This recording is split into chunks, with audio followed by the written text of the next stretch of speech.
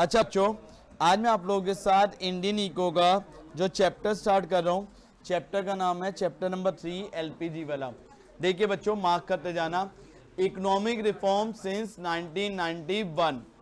तो पहला question NCERT का भी पहला क्वेश्चन है, why were economic reform introduce in India. क्यों इकोनॉमिक रिफॉर्म इंट्रोड्यूस किया गया था, किसमें, इंडिया में। ठीक है जी। इसको यहाँ पे देखो, मैं पहले अपनी बुक की हेडिंग याद करवा रहा हूँ, चाहे आप ये कर लो, बात एक ही है। मैंने ऐसे याद करवा रखा है बच्चों को, साइड। किस शॉर्ट फॉर्म से याद करवा गया है, साइड। किस शॉर्ट फॉर्म से याद करवा गया है, साइड। एस से क्या होता है, शॉर्टेज ऑफ, ऐसे क्या था, shortage of foreign exchange reserve. India में 1991 में फॉरेन एक्सचेंज रिजर्व की क्या हो गई थी, शॉर्टेज। क्या हो गई थी, फॉरेन एक्सचेंज रिजर्व की शॉर्टेज। इंडिया के पास इतना पैसा भी नहीं था कि वो 15 दिन का क्या कर पाए, इंपोर्ट। इंडिया में इंपोर्ट ज्यादा हो गया था, किससे, एक्सपोर्ट से। ठीक है जी, पहला पॉइंट। पहला पॉइंट क्या था, ऐसे मैं जो बोल रहा हूँ वो हेडिंग सुन लो, ताकि फिर ये पढ़ाऊंगा ना तो माइंड में सेट हो जाएगा हर बच्चे को। एक चीज ध्यान रखना, ये उसके बाद करोगे ना तो याद आएगा, थोड़ी लेंथ बनाने में हेल्प मिलती है। आई से था इनएफिशिएंट मैनेजमेंट। उस टाइम पे क्या थी हमारी जो मैनेजमेंट थी, क्या थी, इनएफिशिएंट। हमारा पैसा पब्लिक सेक्टर पे ज्यादा लग रहा था, प्राइवेट सेक्टर पे क्या लग रहा था, कम। यानी गवर्नमेंट पब्लिक एक्सपेंडिचर बहुत कर रही थी, लेकिन उससे जो रेवेन्यू जनरेट होना है उतना रेवेन्यू जनरेट नहीं हो। डी से क्या था, डी से डेब्ट बर्डन। इंडिया में बहुत ज्यादा क्या हो गया था, डेब्ट बर्डन। लोन का बहुत ज्यादा क्या हो गया था, प्रेशर। यानी इंडिया के पास इतना पैसा भी नहीं था कि जो लोन लिया है उसके इंटरेस्ट को क्या कर पाए, रीपे। जो लोन लिया उसके इंटरेस्ट को क्या कर पाए, रीपे। ठीक है, उसके बाद फॉरेन एक्सचेंज इतनी भी नहीं थी। नेक्स्ट ई से क्या था, इफेक्ट ऑफ इन्फ्लेशनरी प्रेशर। हर चीज के प्राइस क्या हो गए थे, बढ़ने लग गए थे। हर चीज के प्राइस क्या हो गए थे, बढ़ने लग गए थे। ठीक है, साइड समझ आ गई। बोलो एस से क्या था, शॉर्टेज ऑफ फॉरेन एक्सचेंज। आई से इनएफिशिएंट मैनेजमेंट। डी से डेब्ट बर्डन। ई से इफेक्ट ऑफ इन्फ्लेशनरी प्रेशर। अब उसी चीज को देखो, यहाँ क्या लिखा है, इंडिया में बीओपी प्रॉब्लम आ गई थी। जब फॉरेन एक्सचेंज रिजर्व ही नहीं होगा तो बीओपी प्रॉब्लम आएगी कि नहीं आएगी, आएगी। तो लाइंस बन गई। आगे mounting fiscal deficit. Fiscal deficit किसको कहते हैं, बोरिंग को। तो इंडिया के ऊपर डेब्ट का बर्डन बढ़ा था, नहीं बढ़ा था, बढ़ा था। कैसे लिख दिया, फिस्कल डेफिसिट का बर्डन क्या हो गया, बढ़ गया, mountain. Next high rate of inflation. और एक मैंने और पॉइंट क्या बोला था, इनएफिशिएंट क्या थी, मैनेजमेंट। ये था। तो इंडिया हेल्प मांगने के लिए कौन सी कंट्री, किसके पास गया था, वर्ल्ड बैंक और आईएमएफ के पास। इंडिया किसके पास गया था, वर्ल्ड बैंक और आईएमएफ। वर्ल्ड बैंक और आईएमएफ ने क्या बोला, हम आपको लोन देंगे। कितने बिलियन का लोन देंगे, 7 बिलियन का। लेकिन हम आपको लोन तो देंगे, लेकिन आपने प्राइवेट सेक्टर के ऊपर क्या लगा रखी है, रिस्ट्रिक्शन। उन रिस्ट्रिक्शन को क्या कर दो, हटा दो।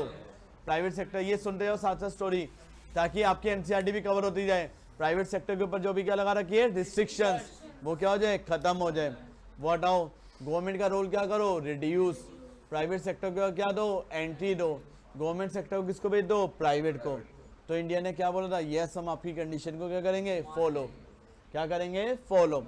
यहाँ तक कोई दिक्कत तो नहीं है। अच्छा जी, अब एक वर्ड आ जाए, इसके बाद एक वर्ड आता है। इंडिया में जो, इंडिया ने जब इकोनॉमिक रिफॉर्म को इंट्रोड्यूस किया, इंडिया ने, लिखना है, लिख लो एक वर्ड ताकि याद रहे। इकोनॉमिक रिफॉर्म में 2 तरह के मेजर लिए थे। पहला स्टेबलाइजेशन मेजर्स। पहला कौन सा मेजर था, स्टेबलाइजेशन। और दूसरा क्या था, स्ट्रक्चर मेजर्स। पहला क्या था, स्टेबलाइजेशन। दूसरा क्या था, structure measure. Stabilisation measure short term के लिए थे, लॉन्ग टर्म के लिए, शॉर्ट टर्म। स्ट्रक्चर मेजर किसके लिए थे, लॉन्ग टर्म। स्ट्रक्चर मेजर्स किसके लिए थे, लॉन्ग टर्म। और स्टेबलाइजेशन मेजर शॉर्ट टर्म।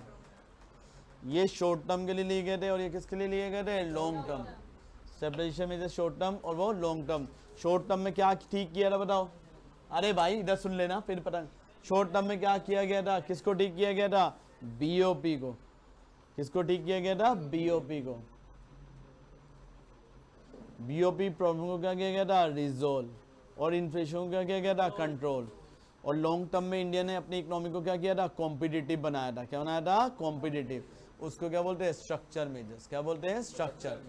तो अगर आए ना कि बताओ इकोनॉमिक रिफॉर्म के मेजर्स, तो मेजर्स में क्या लिखोगे, स्टेबलाइजेशन और स्ट्रक्चर। स्टेबलाइजेशन शॉर्ट टर्म के लिए था, स्ट्रक्चर किसके लिए था, लॉन्ग टर्म। इसमें क्या किया था, बीओपी की प्रॉब्लम को क्या किया था, रिजॉल्व, और इसमें लॉन्ग टर्म में क्या बनाया गया था, इंडिया की इकोनॉमी को कॉम्पिटिटिव। ठीक है जी। अच्छा जी, अब इसके बाद क्या आया, एलपीजी। क्या वर्ड आ गया, इकोनॉमिक रिफॉर्म में क्या क्या आया, एलपीजी। एल से क्या था, लिबरलाइजेशन, पी से, जी से, एक क्वेश्चन पेपर में आएगा, किसके आने के चांस लग रहे हैं,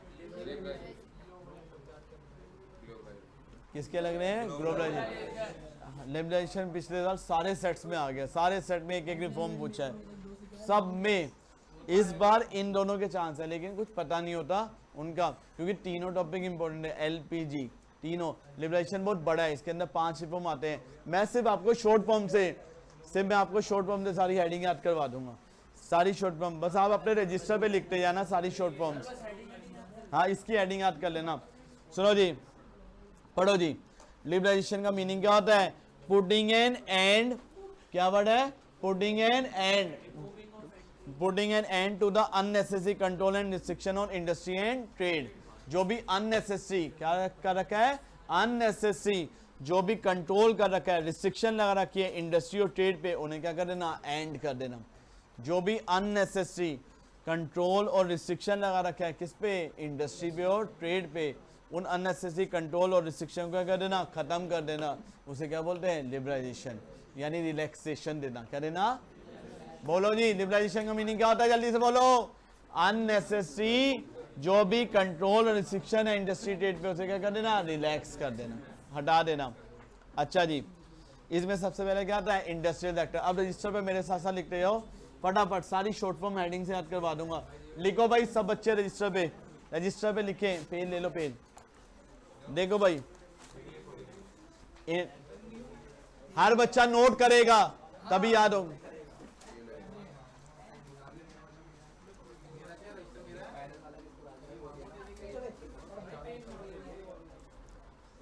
सबसे पहला क्या है, इंडस्ट्रियल रिफॉर्म। क्या वर्ड है, इंडस्ट्रियल रिफॉर्म। याद करने की शॉर्ट फॉर्म क्या है, ड्रिप। हाँ बच्चों, सबसे पहला क्या वर्ड आ रहा है, इंडस्ट्रियल रिफॉर्म। क्या शॉर्ट फॉर्म याद करने की, ड्रिप। हाँ, इंडस्ट्रियल रिफॉर्म को याद करने की शॉर्ट फॉर्म क्या है, ड्रिप। लिखो, ड्रिप में सबसे पहला वर्ड लिखो, डी रिजर्वेशन। इसे भी दे दो एक पेन, क्या दे दो, याद हो जाएंगे लिखने से। D reservation, D reservation of small scale. तुम लोग सेकंड चैप्टर में पढ़ते हो, सेकंड चैप्टर में हमने पढ़ा था गवर्नमेंट ने कुछ चीजें किसके लिए रिजर्व कर दी थी, स्मॉल स्केल के लिए। हाँ जी, गवर्नमेंट ने कुछ चीजें किसके लिए रिजर्व कर दी थी, स्मॉल स्केल के लिए। तो जितनी चीजें भी स्मॉल स्केल के लिए रिजर्व की, उन्हें क्या कर दो, डी रिजर्व। क्या कर दो, उन्हें डी रिजर्व। जो भी चीजें स्मॉल स्केल के लिए रिजर्व की, उन्हें क्या कर दो, डी रिजर्व। पहला पॉइंट समझ आ गया। नेक्स्ट, आर से reduce the role of public sector. क्या वर्ड आता है, reduce the role of public sector. Public sector का रोल क्या कर दो, रिड्यूस। पहले 17 चीजों के लिए रिजर्व किया गया था किसको, पब्लिक सेक्टर को। कितने में कर दिया, 3। कितने के लिए कर दिया, 3। रिड्यूस कर दो किसका रोल, पब्लिक सेक्टर का। 2 पॉइंट हो गए। आई, तुमने सेकंड चैप्टर पढ़ा था, उसमें हमने पढ़ा था आईपीआर में हर इंडस्ट्री को लाइसेंस लेना क्या था, कंपलसरी। यहाँ पे इंडस्ट्रियल लाइसेंसिंग क्या कर दी, एबॉलिश। इंडस्ट्रियल लाइसेंसिंग क्या कर दी, एबॉलिश। स्पेलिंग कर लेना यार। इंडस्ट्रियल लाइसेंसिंग क्या कर दी थी, एबॉलिश। नेक्स्ट, पी से क्या था, प्राइस डिटर्मिनेशन। क्या था, पी से प्राइस डिटर्मिनेशन। पहले हर चीज का प्राइस कौन डिसाइड करती थी, पहले हर चीज का प्राइस कौन डिसाइड करती थी, गवर्नमेंट। अब कौन डिसाइड करेगी, demand and supply. Short form हो गई ड्रिप। चलिए बोलो, डी से क्या था, dereservation of small scale. ठीक है, स्मॉल स्केल इंडस्ट्री के प्रोडक्ट को क्या किया गया था, डी रिजर्व। नेक्स्ट, आर से reduce the role of public sector, industrial licensing abolish. और लास्ट क्या था, प्राइस डिटर्मिनेशन। पढ़ो जी, ये अब देखो सारे याद हो गए, पढ़ के देखो जल्दी से। इंडस्ट्रियल लाइसेंसिंग क्या कर दी थी, abolish. For almost all product except alcohol, cigarette, chemical, इनके लिए लेसन लेना, बाकी सबके लिए क्या कर दी, रिक्वायरमेंट खत्म कर दी। दूसरा पॉइंट पढ़ो, डी रिजर्वेशन, क्या कर दी, डी रिजर्वेशन, एक्सेप्ट एटमिक और रेलवे, इनके लिए रिजर्वेशन करना। और लास्ट मार्केट डिटरमिन प्राइसिंग, अब हर चीज का प्राइस कौन डिसाइड करेगी, मार्केट। अब आपको देखो ज्यादा लाइन याद हो गई शॉर्ट फॉर्म से, हो गई। अब देखो नेक्स्ट क्या आता है, फाइनेंशियल सेक्टर, लिखो मेरे साथ याद करने की शॉर्ट फॉर्म, लिखो फेयर, याद करने की शॉर्ट फॉर्म क्या है, फेयर, क्या याद करने की शॉर्ट फॉर्म, फेयर। पहला पॉइंट लिखो जी, फेयर में फॉरेन इन्वेस्टमेंट लिमिट, क्या है, फॉरेन इन्वेस्टमेंट लिमिट कितनी कर दी, 74%। फॉरेन इन्वेस्टमेंट लिमिट कितनी कर दी, 74%। सर आपकी बुक में 51% है, वो चेंज हो गई है, नई एनसीईआरटी में 74 है, तो आप 74 ही लिखना। यहां तक क्लियर है, हाँ जी, ओके, पक्का। अच्छा, पहले बाहर वाले इंडिया में इन्वेस्ट कितना कर सकते थे, बिल्कुल भी नहीं थे, फिर कितना अलाउड किया था, 51, अब कितना है, 74%। यहाँ तक क्लियर है। कौन इन्वेस्ट करते हैं, merchant bankers, mutual fund, pension वाले इंडिया में इन्वेस्ट करते हैं। नेक्स्ट वर्ड लिखो जी, नेक्स्ट वर्ड क्या है, ए से ऑटोनॉमी, क्या वर्ड है, ऑटोनॉमी। अच्छा, ऑटोनॉमी किसको बोलते हैं, फ्रीडम, किसको बोलते हैं, फ्रीडम, ठीक है। ऑटोनॉमी किसको दी गई थी, बैंक्स। अब बैंक्स को क्या दी गई थी, ऑटोनॉमी, वो न्यू ब्रांच खोल सकते हैं, उन्हें सिर्फ क्या फॉलो करनी पड़ेगी, कंडीशन। पहले हर चीज के लिए उन्हें आरबीआई के लेनी पड़ती थी परमिशन, तो उन्हें ऑटोनॉमी दे दी, फ्रीडम दे दी ब्रांच खोलने की। तीसरा नेक्स्ट क्या था, आरबीआई का जो रोल है, रोल ऑफ आरबीआई वो चेंज हो गया, role of RBI change from regulator to facilitator. पहले आरबीआई हर चीज के लिए क्या करता था, रेगुलेट, पहले आरबीआई हर चीज के लिए क्या करता था, रेगुलेट, अब वो क्या करेगा, फैसिलेट, फैसिलेटर, ये लिख देना एक मिनट। आरबीआई का जो रोल है रेगुलेटर से क्या कर दिया गया था, फैसिलेटर का। नेक्स्ट ई से एस्टेब्लिशमेंट ऑफ, आप लोग लिख लो मेरे पास, ई से क्या था, आरबीआई का रोल रेगुलेटर से क्या बना दिया गया, फैसिलेटर। नेक्स्ट ई से लिख लो establishment of private sector bank, अरे लिख लो ना, ई से क्या था, establishment of private sector bank. पहले इंडिया में कोई भी प्राइवेट सेक्टर बैंक को परमिशन नहीं थी, अब उन्हें क्या दे दी गई, परमिशन। चारों पॉइंट याद हो गए, अब पढ़ के देखो, आपको याद हो गया होगा। Establishment of private sector bank, अब पढ़ के देखो जल्दी से। फाइनेंशियल सेक्टर रिफॉर्म में पढ़ो, आरबीआई का रोल रेगुलेटर से क्या कर दिया गया, पढ़ो, फैसिलिटेटर। फाइनेंशियल सेक्टर को क्या दे दी गई, ऑटोनॉमी दे दी गई, क्या दे दी गई, ऑटोनॉमी, मैनी मैटर। अब उन्हें आरबीआई से हर चीज के लिए कंसल्ट करने की जरूरत नहीं है। प्राइवेट सेक्टर बैंक को क्या हुआ, ओरिजिन, एस्टेब्लिशमेंट हुआ किसका, प्राइवेट सेक्टर बैंक। और फॉरेन इन्वेस्टमेंट लिमिट कितनी कर दी गई, 74। याद हो गए सारे पॉइंट, हाँ जी हो गए। नेक्स्ट पॉइंट पढ़ो, क्या आता है, फॉरेन एक्सचेंज रिफॉर्म, क्या वर्ड है, अच्छा फॉरेन एक्सचेंज रिफॉर्म यहीं से पढ़ो। देखो फॉरेन एक्सचेंज रिफॉर्म में क्या किया, डीवैल्यूएशन ऑफ, अच्छा डीवैल्यूएशन किसे कहते हैं, $1 80 का था, $1 कितने का था, 80 का, उसे 90 का कर दिया। गवर्नमेंट जब खुद अपनी करेंसी को वीक करती है उसे क्या बोलते हैं, डीवैल्यूएशन। इससे क्या होगा, एक्सपोर्ट बढ़ेगा कम होगा, बढ़ेगा। बाहर वालों को हमारे गुड्स क्या करेंगे, सस्ते, एक्सपोर्ट बढ़ेगा तो फॉरेन एक्सचेंज का इनफ्लो बढ़ेगा, आउटफ्लो, इनफ्लो। यहाँ तक क्लियर है। तो देखो जी, डीवैल्यूएशन किया गया एक्सपोर्ट को बढ़ाने के और फॉरेन एक्सचेंज को बढ़ाने के लिए। नेक्स्ट, पहले इंडिया में फिक्स एक्सचेंज रेट सिस्टम होता था, यानी डॉलर का रेट क्या रहता था, हमेशा सेम। बाद में क्या कर दिया, मार्केट डिटरमिन, यानी अब हर चीज का रेट कौन डिसाइड करेगा, मार्केट। कौन डिसाइड करेगी, मार्केट, डिमांड एंड सप्लाई। हाँ जी, यहाँ तक क्लियर है, यहाँ तक क्लियर है ना, कोई दिक्कत तो नहीं है, पक्का। अच्छा नेक्स्ट इसकी बात करते हैं, सुनना भाई। नेक्स्ट वर्ड क्या आता है वो सुनो, टैक्स रिफॉर्म। क्या वर्ड है, टैक्स रिफॉर्म। टैक्स रिफॉर्म में गवर्नमेंट ने क्या किया है, टैक्स में शॉर्ट फॉर्म क्या याद करने की, सर। क्या है शॉर्ट फॉर्म, सर। लिखो सर में, सिंप्लीफिकेशन ऑफ टैक्स प्रोसीजर, लिखो टैक्स रिफॉर्म को लिख लो, टैक्स रिफॉर्म का एक और नाम लिख लो, क्या होता है? Fiscal policy reform. क्या नाम होता है? इसमें क्या किया? सबसे पहले ऐसे सिंप्लीफाई किया किसको? टैक्स के प्रोसीजर को। किसको सिंप्लीफाई किया? टैक्स के प्रोसीजर को। आई से इनडायरेक्ट टैक्स रिफॉर्म लिख लो। आई से क्या था? Indirect tax reform. आई से क्या था? Indirect tax reform. अच्छा, इनडायरेक्ट टैक्स रिफॉर्म में एक नई लाइन याद रखना, लिख लो। क्या लाइन है? One tax one nation one market, GST को लेके आए।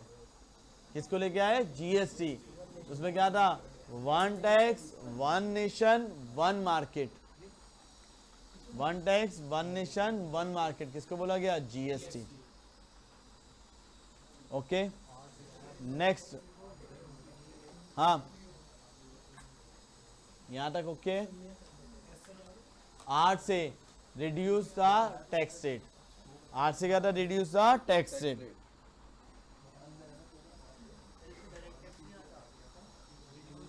वही reduce the tax rate, direct tax को क्या किया था? रिड्यूस। पढ़ के देखो जी क्या लिखा है। कंटिन्यूस गवर्नमेंट ने इनकम टैक्स को क्या किया? रिड्यूस। रेगुलर बेसिस पे गवर्नमेंट ने इनकम टैक्स को क्या कर दिया? रिड्यूस। और क्या किया गवर्नमेंट ने? टैक्स पेमेंट के प्रोसीजर को क्या किया? सिंप्लीफाई। जीएसटी वही वन टैक्स वन नेशन वाला इनडायरेक्ट टैक्स में क्या किया? रिफॉर्म। हाँ जी, यहां तक समझ आ गए? लास्ट रिफॉर्म पढ़ो। लिबरलाइजेशन खत्म हो गया, आधा चैप्टर यहाँ पे खत्म होता है, लिबरलाइजेशन खत्म कर दिया, हाफ चैप्टर। देखो जी, नेक्स्ट पढ़ो। लास्ट क्या है? Trade and investment policy reform. क्या वर्ड है? Trade and investment policy reform. पढ़ो जी। हाँ, पहले हर चीज के लिए क्या लेना पड़ता था? इंपोर्ट लाइसेंस लेना पड़ता था। अब पढ़ो क्या कर दिया? इंपोर्ट लाइसेंस को क्या कर दिया? एबॉलिश। सिर्फ हार्मफुल प्रोडक्ट के लिए क्या लेना पड़ेगा? लाइसेंस। Next, quantitative restriction. क्या वर्ड है? Quantitative restriction. क्वांटिटेटिव रिस्ट्रिक्शन को फुली क्या कर दिया? रिमूव। किसको? क्वांटिटेटिव रिस्ट्रिक्शन को फुली क्या कर दिया? रिमूव। नेक्स्ट, एक्सपोर्ट ड्यूटी क्या कर दी? रिमूव। किसको कर दिया? एक्सपोर्ट ड्यूटी को क्या कर दिया? पूरी तरह से खत्म कर दिया। हाँ जी, क्लियर है? इंपोर्ट लाइसेंसिंग क्या कर दी? एबॉलिश। क्वांटिटेटिव रिस्ट्रिक्शन क्या कर दी? पूरी तरह से ला दी। किस पे? इंपोर्ट पे, कंज्यूमर गुड्स पे। और लास्ट एक्सपोर्ट ड्यूटी क्या कर दी? खत्म ही कर दी। यहाँ तक क्लियर है? पक्का? अब आ जाओ नेक्स्ट। हाफ चैप्टर हो गया। अब आ जाओ नेक्स्ट, प्राइवेट। अब ये यहीं से पढ़ना, अब सब यहीं से पढ़ना है। फटाफट अब पढ़ो।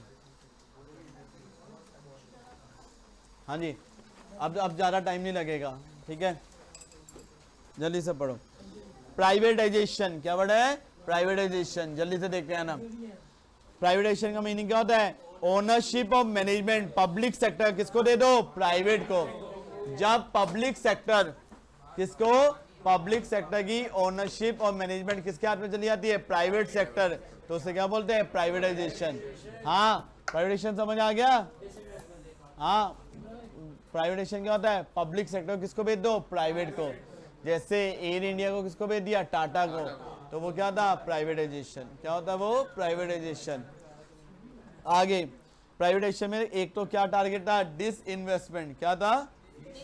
डिसइन्वेस्टमेंट का मीनिंग पढ़ा है ना बजट में? क्या होता है डिसइन्वेस्टमेंट? पब्लिक सेक्टर को किसको भेज दो? प्राइवेट में। पब्लिक सेक्टर को किसको भेज दो? प्राइवेट में।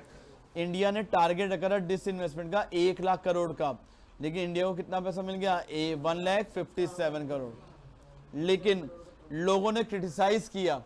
लोगों ने क्या किया? क्रिटिसाइज। लोगों ने बोला पीएससी की वैल्यू को अंडर वैल्यू किया गया। क्या किया गया? Under value. जितने की बिकनी चाहिए उससे कम वैल्यू लगाई गई। दूसरा, उन्होंने क्या बोला? इन्होंने ये सारी चीजें किसको भेज दी? प्राइवेट को। तो जिसकी वजह से गवर्नमेंट का जो लॉस है, सब्सटेंशियल लॉस क्या हो गया? Substantial loss to the government. Government की एसेट एक तरह से क्या हो गई? कमी हो गई। नेक्स्ट, मोर एवर डिसइन्वेस्टमेंट का जो भी पैसा आया वो डेवलपमेंट की जगह कहां पे लगाएगा? कंजम्पशन में। डेवलपमेंट की जगह कहां लगाएगा? कंजम्पशन। तो प्राइवेटाइजेशन समझ आ गया? जल्दी बोलो। प्राइवेटाइजेशन में क्या किया था? ओनरशिप पब्लिक सेक्टर की इसको दे दी? प्राइवेट। क्रिटिसाइज किया, जितना टारगेट था उससे कम। देखो टारगेट था 1 लाख का, मिला कितना? 1,50,000। लेकिन फिर भी क्रिटिसाइज किया कि हमारी वैल्यू को क्या किया गया था? पब्लिक सेक्टर को अंडर वैल्यू। और जितना भी पैसा कलेक्ट हुआ वो कहाँ लगाया गया, कंजम्पशन, डेवलपमेंट में नहीं लगाया गया। अब पेपर में आएगा प्राइवेटाइजेशन के बेनिफिट बताओ, इधर सुन लो, यहाँ नहीं लिखे हुए बेनिफिट सुन लो। मेन में प्राइवेटाइजेशन करने से क्या बेनिफिट हुआ बताओ, एयर इंडिया को टाटा को बेचने से क्या बेनिफिट हुआ, उसकी एफिशिएंसी बढ़ी कम हुई, बढ़ गई। पहला, लॉस मेकिंग किस में कन्वर्ट हो गई, प्रॉफिट मेकिंग। 2 पॉइंट। तीसरा, उसकी जो ऑटोनॉमी है वो अब उसे क्या मिल गई, फ्रीडम मिल गई, क्या लेने में, डिसीजंस लेने में। ठीक है जी, यहाँ तक कोई दिक्कत तो नहीं है। उसका स्टेटस क्या मिल गया, ऑटोनॉमी से, अब उसे किसी से कोई परमिशन लेने की जरूरत नहीं है। अब आ जाओ नेक्स्ट, देखो जी, अब गवर्नमेंट ने अटेम्प्ट किया पीएसयू की एफिशिएंसी को इम्प्रूव करने का। ये लास्ट ईयर वैसे आ गया है। गवर्नमेंट ने पीएसयू की एफिशिएंसी को इम्प्रूव करने के लिए क्या क्या किया वो पढ़ो, पढ़ो जी, क्या किया गवर्नमेंट ने पीएसयू को। सबसे पहला गवर्नमेंट ने क्या किया पीएसयू को इम्प्रूव करने के लिए, स्पेशल स्टेटस दिया। क्या दिया पीएसयू को, स्पेशल। किस बेसिस पे स्पेशल स्टेटस दिया, प्रॉफिट के बेसिस पे। किस बेसिस पे, प्रॉफिट। दो एग्जांपल याद रखना। पहला, चाहे देखो दो एग्जांपल। पहला नाम महारत्ना, क्या नाम है, महारत्ना के 2 नाम याद रखो, एक तो इंडियन ऑयल और एक स्टील अथॉरिटी ऑफ इंडिया। एक कौन सी है, इंडियन ऑयल और एक steel authority of India. Next word पढ़ो, क्या लिखा है, नवरत्न। क्या है, नवरत्न। नवरत्न का मतलब क्या है, 9 रत्न। नवरत्न का मतलब क्या है, 9 रत्न। इसमें कौन कौन से नाम रखे गए, हिंदुस्तान एरोनॉटिकल्स लिमिटेड और MTNL, महानगर टेलीफोन निगम लिमिटेड, MTNL। और तीसरा स्टेटस क्या था, मिनी रत्ना। क्या था, मिनी रत्ना। मिनी रत्ना में क्या था, BSNL, भारत संचार निगम लिमिटेड। और क्या है, एयरपोर्ट अथॉरिटी ऑफ इंडिया। जल्दी से बोलो, पीएसयू को प्रॉफिट, देखो पीएसयू के प्रॉफिट के हिसाब से क्या दिया गया, उनका स्टेटस क्या किया गया, ग्रांट किया गया। इनमें कौन कौन से हमने नाम याद किए, पहला नाम याद किया गया, महारत्ना। क्या नाम याद किया, महारत्ना। महारत्ना के 2 एग्जांपल बोलो, क्या थे, इंडियन ऑयल और steel authority of India limited. दूसरा नाम नवरत्ना। नवरत्ना के नाम क्या थे, हिंदुस्तान एरोनॉटिकल्स लिमिटेड और MTNL, महानगर टेलीफोन निगम लिमिटेड। फिर क्या था, मिनी रत्ना। क्या था, BSNL और एयरपोर्ट अथॉरिटी ऑफ इंडिया। इससे उनकी मैनेजर और ऑपरेशनल ऑटोनॉमी क्या हो गई, इंक्रीज। मैनेजरियल और ऑपरेशनल ऑटोनॉमी क्या हो गई, इंक्रीज। समझ आ गया। नेक्स्ट आ जाओ, क्या बढ़ाता है, ग्लोबलाइजेशन। क्या बढ़ाता है, ग्लोबलाइजेशन। जल्दी से पढ़ो, ग्लोबलाइजेशन का मीनिंग क्या लिखा है। ग्लोबलाइजेशन का मीनिंग क्या होता है, इंटीग्रेट करना। क्या करना, इंटीग्रेट। अपनी इकोनॉमी को बाहर की इकोनॉमी के साथ क्या करना, इंटीग्रेट। इंटीग्रेट का मतलब क्या होता है, कंबाइंड। उसे हम क्या बोलते हैं, ग्लोबलाइजेशन। मीनिंग पढ़ो, क्या लिखा है ग्लोबलाइजेशन का। Globalisation means integration of economy of the country with the world economy. अपनी इकोनॉमी को बाहर की इकोनॉमी के साथ क्या करना, मर्ज करना। इसको हमने क्या नाम दिया, ग्लोबलाइजेशन। अच्छा, ग्लोबलाइजेशन के बेनिफिट क्या थे। अच्छा, ग्लोबलाइजेशन किसका आउटकम है, ग्लोबलाइजेशन किसका आउटकम है, ये लाइन याद रखना, लिबरलाइजेशन का। किसका आउटकम है, लिबरलाइजेशन। ये लाइन याद रखना, किसका आउटकम है, लिबरलाइजेशन। ग्लोबलाइजेशन के बेनिफिट, और ग्लोबलाइजेशन के आने के बाद हमारी बाउंड्री बॉर्डरलेस हो गई, लिमिटेड हो गई, बॉर्डरलेस। मेरिट पढ़ो जी। पहला, ग्रेटर एक्सेस टू, क्या मिली हमें, ग्लोबल मार्केट। टेक्नोलॉजी इंप्रूव हुई कि नहीं हुई, हुई। जब बाहर से हम अब आराम से टेक्नोलॉजी ले सकते हैं। और बताओ, इससे इंडस्ट्री की डेवलपमेंट हुई कि नहीं हुई, हुई। तो पहला, एक्सेस टू ग्लोबल मार्केट। क्या था, एक्सेस टू ग्लोबल मार्केट। दूसरा वर्ड क्या था, हाई टेक्नोलॉजी। तीसरा वर्ड क्या था, इंडस्ट्रियल डेवलपमेंट। तीसरा वर्ड क्या था, इंडस्ट्रियल डेवलपमेंट। यहां तक क्लियर है। अब आता है नेगेटिव एस्पेक्ट्स। क्या बढ़ाता है, नेगेटिव एस्पेक्ट। देखो क्या लिखा है नेगेटिव एस्पेक्ट में, डेवलप कंट्रीज। डेवलप कंट्रीज के आने के बाद मार्केट का साइज एक्सपेंड हुआ है कि कम हुआ, बढ़ा। लेकिन अदर कंट्रीज का मार्केट का साइज बढ़ा, हमारी कंट्री का साइज नहीं बढ़ा, तो नेगेटिव हुआ। इंडिया ने रास्ता खोला तो चाइनीज प्रोडक्ट आ गए, सारे सब कुछ आ गए। सेकेंड पॉइंट, ग्लोबलाइजेशन से क्या हुआ, इकोनॉमिक डिस्पैरिटी नेशन में बढ़ी कम हुई, बढ़ गई। क्या हो गई, इकोनॉमिक डिस्पैरिटी नेशन में क्या हो गई, बढ़ गई। तीसरा पॉइंट पढ़ो जी, इससे इनकम और क्वालिटी ऑफ कंजम्पशन सिर्फ हाई इनकम ग्रुप की बढ़ी। क्वालिटी और कंजम्पशन किसकी बढ़ी, हाई इनकम। छोटे लोगों को कोई बेनिफिट नहीं होगा। क्लियर है। ग्लोबलाइजेशन का जल्दी से बोलो, पहले मीनिंग बोलो। ग्लोबलाइजेशन का मीनिंग क्या होता है, integrate the economy with the world economy. Globalisation किसका आउटकम है? लिबरलाइजेशन का। ग्लोबलाइजेशन के आने के बाद हमारे पास क्या हो गया? बॉर्डरलेस मार्केट हो गई। बेनिफिट बोलो, एक्सेस टू ग्लोबल मार्केट। दूसरा, हाई टेक्नोलॉजी इंडस्ट्री क्या हो गई? डेवलपमेंट। डीमेरिट क्या है? इसका बेनिफिट किसको मिला? अदर कंट्रीज को ज़्यादा मिला। दूसरा, इनकम डिस्पैरिटी क्या हो गई? नेशंस और पीपल में बढ़ गई, और इससे हाई इनकम ग्रुप को क्या हुआ? उनको ज़्यादा बेनिफिट हुआ। अब आउटसोर्सिंग क्या बढ़ाता है? आउटसोर्सिंग का मीनिंग क्या होता है? सुनना, वर्ड क्या है? आउटसोर्सिंग। आउटसोर्सिंग में कुछ पहले तो मीनिंग पढ़ लो। आउटसोर्सिंग के एनसीईआरटी में 2 क्वेश्चन है। इंडिया पूरे वर्ल्ड की सबसे फेवरेट डेस्टिनेशन क्यों है आउटसोर्सिंग की? और इंडिया को क्या बेनिफिट हो रहा है आउटसोर्सिंग से, और दूसरी कंट्री को क्या नुकसान हो रहा है? तो पहले जब भी ये क्वेश्चन आए पहले मीनिंग लिखना ही लिखना है। पढ़ो मेरे साथ, मीनिंग क्या होता है? आउटसोर्सिंग मतलब क्या होता है? Hiring of regular service from external sources which are previously provided internally. जो कंपनी पहले खुद देती थी अब वो कहीं बाहर से करवा रही है। और from with in the country और आउटसाइड द कंट्री। देखो आज की डेट में बेंगलोर, गुड़गांव, नोएडा, यहाँ पे पूरे वर्ल्ड का आईटी का काम क्या होता है? आउटसोर्स। अकाउंट्स का काम क्या होता है? आउटसोर्स। तो जो कंपनी बाहर की पहले खुद काम करती थी अब वो सारा काम किससे करवा रही है? इंडिया से। ठीक है, कौन कौन सा काम होता है इंडिया में ये भी पढ़ लो। Legal advice, computer service, advertisement, security और फाइनेंशियल का। इंडिया को वर्ल्ड का आउटसोर्सिंग है या डेस्टिनेशन क्यों बोलते हैं? रीजन पढ़ो। इंडिया में क्या अवेलेबल है? Skilled man power. क्या अवेलेबल है? Skilled man power. और इंडिया में जो वेज रेट है वो क्या है? सबसे कम है। इंडिया का जो वर्ल्ड रेट है वो सबसे कम है। आगे पढ़ो, नेक्स्ट टॉपिक क्या आता है? WTO। क्या वर्ड आता है? WTO। इसके ईयर याद रखना। WTO world trade organisation. अच्छा एक चीज मैं बच्चों पूछता हूँ, वर्ल्ड बैंक का दूसरा नाम क्या होता है? वर्ल्ड बैंक का international bank for reconstruction and development. क्या वर्ड है? International bank for reconstruction and development. अच्छा WTO कौन सी में बनी थी बताओ? WTO कौन सी में बनी थी? 1995। कौन सी में बनी थी? 1995। ये एक सक्सेसर ऑर्गेनाइजेशन है किसकी? गैट की। क्या है? सक्सेसर ऑर्गेनाइजेशन किसकी? गैट की। अच्छा बताओ बच्चों, गैट की फुल फॉर्म क्या होती है? General agreement on trade and tariff. ये किसकी सक्सेसर ऑर्गेनाइजेशन है? गैट की। गैट की फुल फॉर्म क्या है? General agreement on trade and tariff. ठीक है, गैट कब बना था? 1948। भाई नोट्स पे फोकस करो। गैट कब बना था? 1948। कितनी कंट्रीज के साथ? 23। पिछले साल क्या किया पेपर सेटर ने? क्या क्वेश्चन दिया 1 मार्कर में? ट्रू फॉल्स में दिया कि गैट बना था 1923 में विद 48 कंट्रीज। सही है गलत है? गलत। ठीक है जी। अच्छा गैट के आने का ऑब्जेक्टिव क्या था? वो सॉरी WTO का ऑब्जेक्टिव। वैसे तो बहुत सारे पॉइंट है, तुम 2 ही याद कर लो। पहला, इससे मार्केट एक्सेस दी गई थी किसको? मेंबर कंट्री को। किसको क्या दी गई थी एक्सेस? मेंबर कंट्रीज को। किसको दी गई थी? Member country. और दूसरा, इंटरनेशनल ट्रेड को फैसिलिटेट किया गया था। किसको? इंटरनेशनल। एक लिखा है बायलेटरल और एक क्या लिखा है? मल्टीलेटरल। वर्ड सुन लेना, एक क्या है? बायलेटरल और एक मल्टीलेटरल। एनसीईआरटी में क्वेश्चन है बायलेटरल का मतलब जब 2 कंट्रीज के बीच में ट्रेड होता है उसे क्या बोलते हैं? बायलेटरल। 2 से ज्यादा कंट्री में होता है क्या बोलते हैं? मल्टीलेटरल। अच्छा एनसीईआरटी में एक और वर्ड है, सुनो। एक होता है स्ट्रेटेजिक सेल और एक क्या होता है? Minority sale. जब भी 51% से ज्यादा सेल होता है उसे क्या बोलते हैं? स्ट्रेटेजिक।